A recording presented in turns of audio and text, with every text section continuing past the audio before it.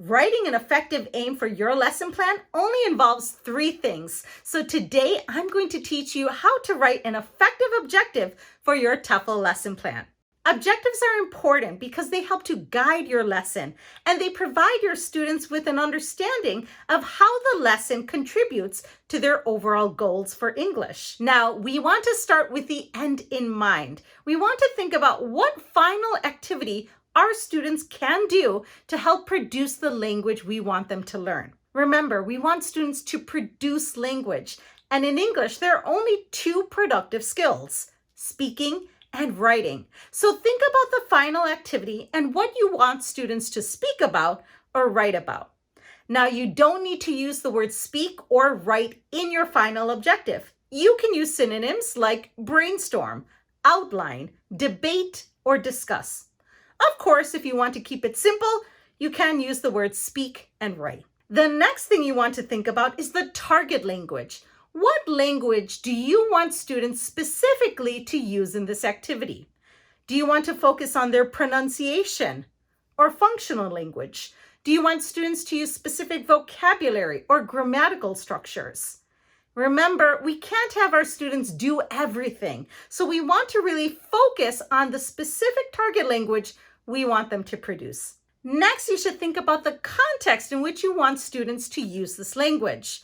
Remember, not all contexts are the same.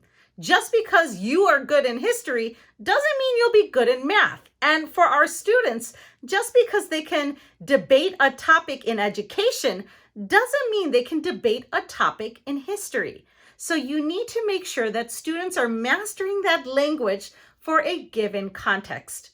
Now, different contexts might be travel, culture, food, history, technology, design, business. Of course, you can choose any context you want or that is appropriate for your curriculum. Now let's look at two models of effective aims. Students will discuss gender differences using vocabulary from a reading text.